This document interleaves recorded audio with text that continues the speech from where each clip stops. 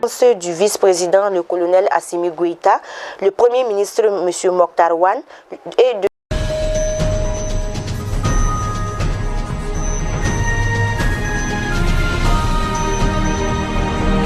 de la hiérarchie militaire. L'ordre du jour de la rencontre a porté sur les questions de défense et de sécurité. Cette rencontre au sommet de l'État intervient après une série d'attaques contre les localités du pays, de Badjangara dans la région de Mopti, en passant par Heremakono, région de Sigasso. Les accrochages entre les forces de défense et de sécurité et les groupes terroristes ont occasionné des pertes en vies humaines et d'importants matériels de dégâts et d'importants dégâts de matériel. Il faut le dire, la présente session du Conseil supérieur de défense a certainement l'occasion pour dégager une stratégie pouvant permettre de contenir les assauts incessants des groupes armés terroristes sur notre territoire.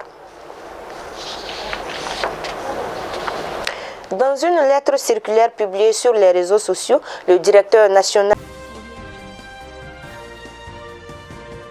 Le président de la transition, son Excellence M. Bandao, a présidé hier une session du Conseil supérieur de défense à Koulouba. C'était en présence du vice-président, le colonel Assimi Goïta, du premier ministre M. Mokhtar Wane, de plusieurs membres du gouvernement et de la hiérarchie militaire.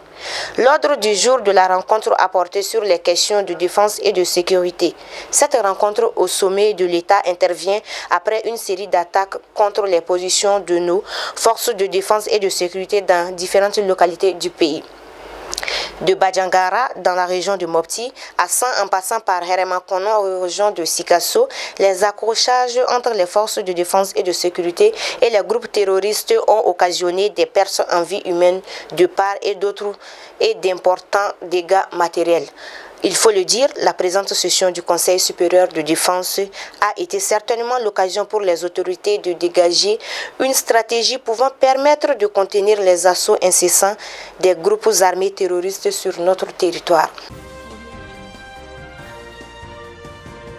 Dans une lettre circulaire publiée sur les réseaux sociaux, le directeur national de l'agriculture a demandé aux directeurs régionaux de procéder au retrait des lots de thé Ashura sur le marché.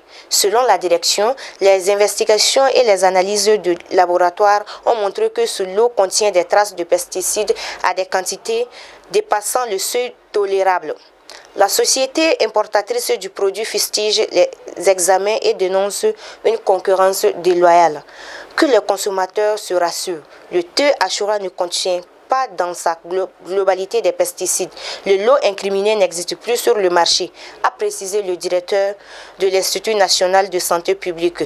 Au dire du professeur Kori Igna, le seuil élevé du pesticide cité a été retrouvé sur un échantillon entreposé sur des cartons d'engrais et de poissons dans une boutique du marché.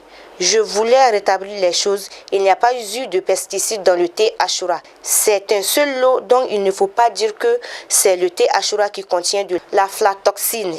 Ça, c'est faux et archi faux, a-t-il dit. Pour l'opérateur économique importateur du thé Ashura, Oumar Ag Amdaka, il s'agit d'une cabale acharnée et une calomnie contre son produit.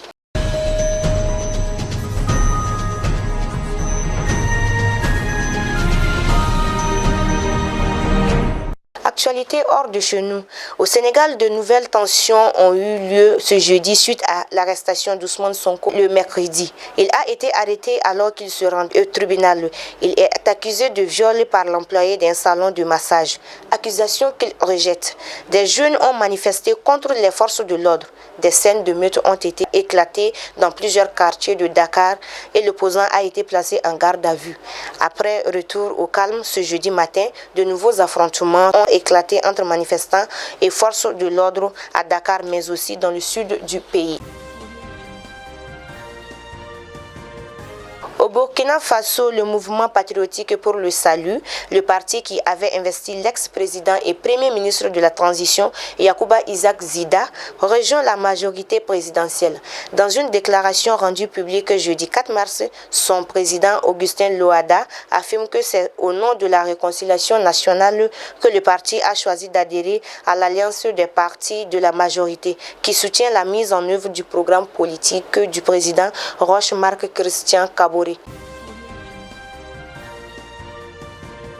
Mesdames et messieurs, c'est la fin de ce flash d'information. Merci de l'avoir suivi et bonne suite de programmes sur notre chaîne Malik Nafoni Web TV.